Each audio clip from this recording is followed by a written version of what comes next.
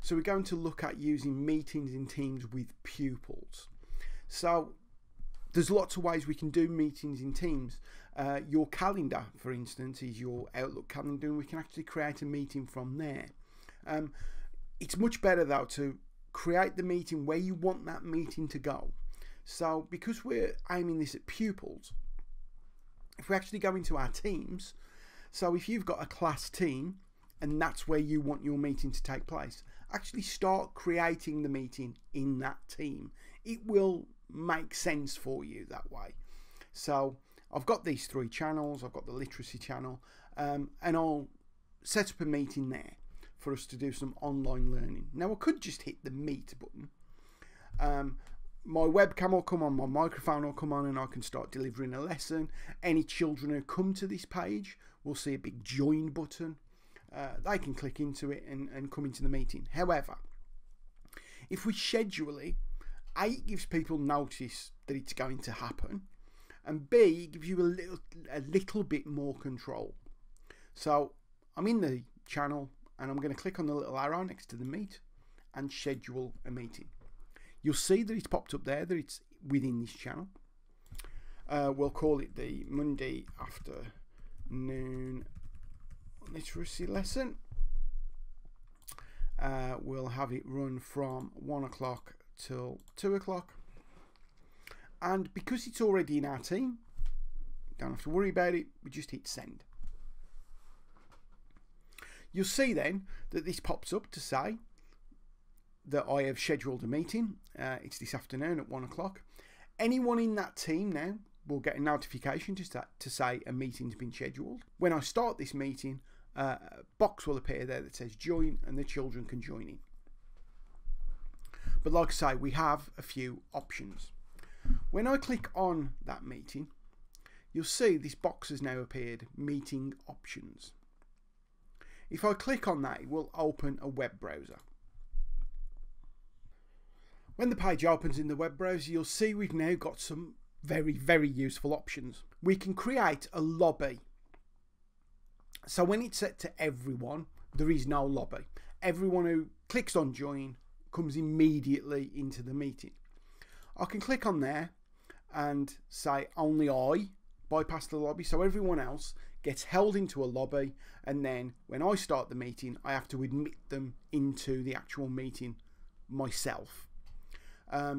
Because it's pupils, it's more than likely they are going to be in your organisation or trusted organisations, so that's not really going to make much difference.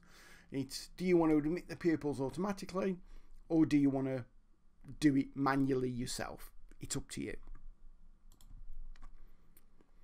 Announce when callers join or leave can be useful. It just pops up a little message to say that such and such has joined, such and such has left, that sort of thing.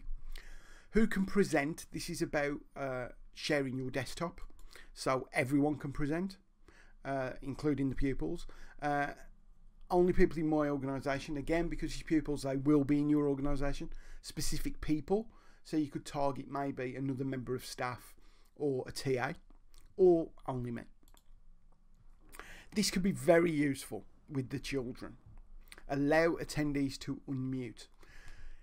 As someone who's running the meeting, you can mute everybody. However, the children can then unmute themselves if they want to. If you turn that off, they can't. If they want to speak, they would have to put their hand up, so there is a little kind of hand up icon, and then you can unmute their microphone for them. So that might be how you want to set up your meeting really for the children. And then you just hit save. Once you're ready to start that meeting, so even though it's not 1 o'clock yet, I can hit join. I can set up my webcam and my microphone and join now. I'm now in that meeting. You'll see there's the big join button. If I click on show participants at the top, this will show me all the people that are in that meeting. This is also where your lobby will be. So if people come into the lobby, you'll see their name with a little X or a tick next to it, and then you can either admit them or dismiss them. There's the raise the hand icon, which when the children are in, you'll see their kind of little screens with their webcams on, if they've got the webcams on. And when they click raise their hand, it will show up in this list that they've raised their hand, and it will also show up on their little icon. More actions: you can start recording. Be aware, obviously, if you've got kids on webcams, that might not be a very good idea. That's a decision for you to make. You can turn on live captions, so that is subtitles. Your background effects is for your webcam, so if you want to blur your background or you want to put yourself into a different setting, you can do that. When you've got a lot of people in, gallery shows 4 icons on the screen, or 4 webcams on the screen. Large gallery will show 9 icons or 9 webcams on the screen. Together mode can be very nice. If the kids are on a webcam, it will cut out their background. It will show you an auditorium, and it will put children in the seats.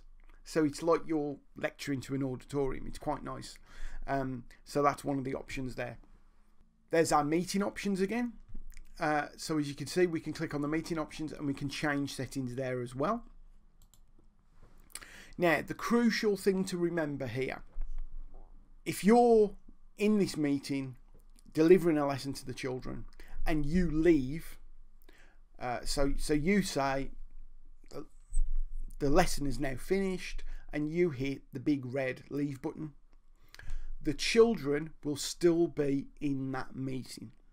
So that means things can be going on that you're not aware of.